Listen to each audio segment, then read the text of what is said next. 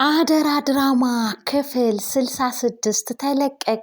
ሰላም ጤና ይስጥልኝ። ውድና የተከበራችሁ አድማጭ ተመልካች ቤተሰብ እንደምን አላችሁ? ባላችሁበት ሰላማችሁ ብዝት ይበል። ለዚህ ቻናል አዲስ ሲሆናችሁ ቻናሉን ሰብስክራይብ በማድረግ ቤተሰብ ይሁኑ። ነባሮች እንደተለመደው ላይክ እና ሼር አድርጉ ቪዲዮውን ማለት ነው። አደራ ድራማ እጅጉን በጣም የሚገራርሙ ነገሮችን እየተመለከትን ነው። በዛሬው ክፍል እንግዲህ ብሌንዬ ታሪክ እየሰራች ትገኛለች ማለት ነው።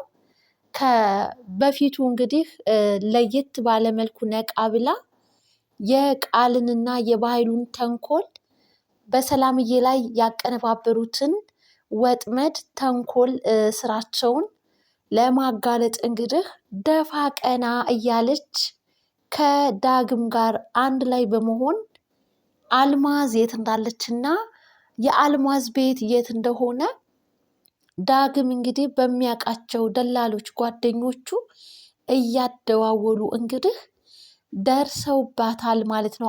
የአልማዝን ቤት በሚገርም ሁኔታ እንግዲህ ቃል ሰላምዬን አሳብዳ ራሷን አስታ ሀብት ንብረቷን በቃል ቁጥጥር ስር ለማድረግ የማትጥረው ጥረት የላትም ማለት ነው።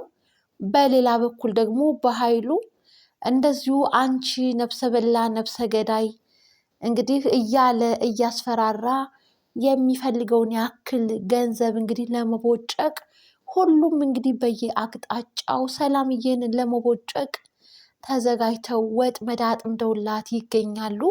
ከዚህ ከተጠመደባት ወጥመድ ደግሞ ለማውጣት እንግዲህ ብሌን ከዳግም ጋር በመሆን ቆርጣ ተነስታለች ማለት ነው።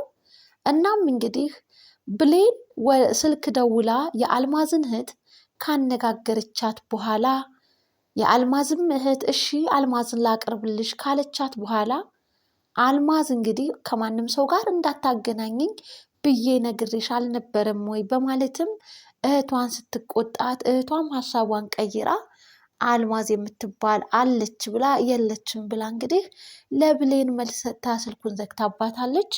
አንድ እውነት እንግዲህ ያወቀችው የተገነዘበችው የተረዳችው ነገር አልማዝን ድምጿን ሰምታለች፣ በህይወት እንዳለችም ብሌን አረጋግጣለች። ወደ እናቷ ዞር ትልና እናቴ እትዬ ሰላምዬ ትልቅ ችግር ላይ ነው ያለችው፣ ልደርስላት ይገባል በማለትም ከዚህ ችግር ላወጣትና ልገላግላት ይገባል በማለት ብሌን ቆርጣ ተነስታለች። እትዬ መጣሁልሽ እንግዲህ እያለችም የባህሉንና የቃልን ተንኮል አስቆማቸዋለሁ ባገኘሁት አጋጣሚ በማለትም እንግዲህ ቆርጣ ተነስታ ወደ ሰላምዬ ጋር ሂዳለች ማለት ነው። ቃል እንግዲህ በባለፈው ክፍል እንዳየነውና እንደተመለከትነው እያነፈነፈች ወደ ባህሉ ጋር ሂዳ ነበረ። የሄደችበትም ምክንያት እኔ እናንተ እጅና ጓንቱንን አብረን ነው ልንሰራ የሚገባው፣ ሰላምን እያስፈራራሃት ባለው ሁኔታ የምትቦጭቃትን ገንዘብ 50%ቱን ለእኔ ገቢ ታደርጋለህ አለችው በኮንፊደንስ እንግዲህ ምንም አይነት ፍርሃት ሳይኖርባት አይደለም የገንዘብ ሳንቲም ልሰጥሽ ይቅርና በእኔ እጅ ነው ማጠፋሽ እያለ በኃይሉ ሲዝትባትም ሲያፈጥባትም ተመልክተናል።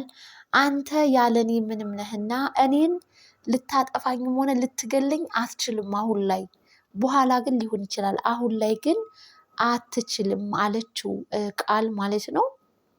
በኃይሉ አመናጭቋት እንግዲህ እሷም ከባህሉ ጋር ተለይታ ሌላ እንግዲህ አንድ ስልክ ደወለችና ወደ ሰው ሰላምዬ እንግዲህ አንድ ሰው ቢያብድ ሀብትና ንብረት እያለው ቢያብድ ያንን ሀብትና ንብረቱን ማነው ሊቆጣጠር የሚችለው እያለችም ልጇ ወይንስ ወንድም ብቻ በዙሪያዋ ያሉ እያለችም ከአንድ እንግዲህ ለአንድ ሰው ደውላ ስልክ ስትማከር ነበረ። ያ ሰውም እንግዲህ ከልጅ በላይ የሚቀርብ ማንም የለምና ልጅ ናት ሀብት ንብረቷ ልትቆጣጠር የምትችለው፣ ልጅ ከሌላት ወንድም፣ ቤተሰብ እንዲሁም ደግሞ የኔ የምትለው ሰው የቅርብ ሰው እያለ ብቻ ከበቂ በላይ ማብራሪያ ሰጣት። ቃል እንግዲህ በቃ ሰላምዬን አንቺ ነፍሰ በላ እያልኩኝ በሲስተም ጨርቋን ጥላ እብድ እንድትል አደርጋታለሁ ብላ እሷም እንግዲህ የተንኮል ሴራዋን ጠንስሳ ወደ ቤት ሄዳለች። ሰላምዬን እንግዲህ ጀመረቻት። አንቺ እኮ ለኔ ብለሽ ነው እናቴ የሰው ነፍስ ያጠፋሽው፣ አንቺ እኮ ለኔ ብለሽ ራስሽ ተሰቃይሽ እያለች ብቻ ብዙ በጣም አሰቃቂ የሆኑ ነገሮችን ወደ ሰላም አእምሮ እንዲቀርቡ አደረገች። በጣም ደስ አላት በሰላም ሁኔታ ስትመለከታት። ሰላምዬ ራሷን ለመሳት ወደ እብደትነት ለመቀየር እንግዲህ እጅጉን በጣም እየተጣጣረች ትገኛለች ማለት ነው። የቃልም እንግዲህ ትልቁ ህልሟ ሰላምን ማሳበድና የሰላምዬን ሀብትና ንብረቷን እንግዲህ በራሷ ስም አድርጋ እንደፈለገች ለመሆን ነው። እናም ይህንን ሲስተሟን የተረዳቻት ብሌን እንግዲህ ደርሳባታለች። እናም የሚገርመው ነገር አልማዝ በህይወት እንዳለች ለሰላምዬ ብትነግራትም እኔ እጄን ለፖሊስ ሰጥቼ እንዳልታሰር፣ እኔ እንደ ባለፈው ራሴን ስቼ እንዳላብድብሽ ነው አደለ? ውሸትሽን ነው አደለ? ብሌንዬ አንቺ እኮ ለእኔ ታስቢልኛለሽ እያለች ያው ከብሌን ጋር እያወሩ ይገኛሉ። ግን በጣም በሚያሳዝን ሁኔታ አልማዝ በህይወት መኖሯን ለሰላምዬ ስታበስራት ቃል ተንኮለኛዋ ተሰማና በጣም ተናዳለች። ነገር ግን አሁን ላይ ከመንገዴ ላይ አነሳሻለሁ፣ ብሌን እገልሻለሁ፣ አልለቅሽም፣ ይህንን ስራዬንማ ልታበላሽብኝ አይገባም በማለት እንግዲህ ቃል ብሌን ላይ ትኩረት አድርጋለች። ግን አንድ እውነታ አልማዝ በህይወት እንዳለች ስላወቀች በጣም ተናዳለች። ይህንን ደውላ ለበኃይሉ ልትነግረው ብትፈልግም በኃይሉ ይህ ስላልመሰለው ስልክ ሊያነሳላት አልፈለገም፣ ዘግቶባት ነበረ። እናም ቴክስት አስቀምጠችለት፣ ቀረብክ እንግዲህ ብሌን አልማዝ በህይወት መኖሯን አውቃለች የሚል ቴክስት ነበር ያስቀመጠችለት። በጣም ደነገጠ። ቴክስትም ቢደውልላትም ስልክ ልትመልስለት አልቻለችም። ቃል በተደጋጋሚ ሲደውልላት እየዘጋችበት፣ በስተመጨረሻም እባክሽን እናውራ በማለቱ ነበር ሲማጸናት የነበረው። እናም እንግዲህ በኃይሉና ቃል እንግዲህ በሚገርም ሁኔታ ያው ሁለቱም ጥቅመኞች ናቸው። አይገባሽም ይገባኛል የሚባባል ነገር አለ በሳንቲም ዙሪያ ላይ። ሌላው እንግዲህ በሚገርም ሁኔታ ሰላምዬን ለማረጋጋት ሞክራለች ብሌን ማለት ነው። እኔ እያለሁኝ እያለች እንግዲህ የቻልኩትን ነገር ሁሉ ላደርግላት ሞክራለሁ በማለትም እንግዲህ በቁርጠኝነት ብሌንም ተነስታለች። ይሄ ነገር ያሳሰባት ወይዘሮ ገነት ዳጊን ብሌንን ጠብቃት፣ ልጠብቃት ይገባል፣ ትልቅ ችግር ውስጥ ነው ያለችው፣ ጠብቃት፣ መግጠም ከሌለባት ሰዎች ጋር ነው እየገጠመች ያለችው ብላለች። ምክንያቱም በኃይሉ አረመኔና ጨካኝ ሰው እንደሆነ ታውቃለች።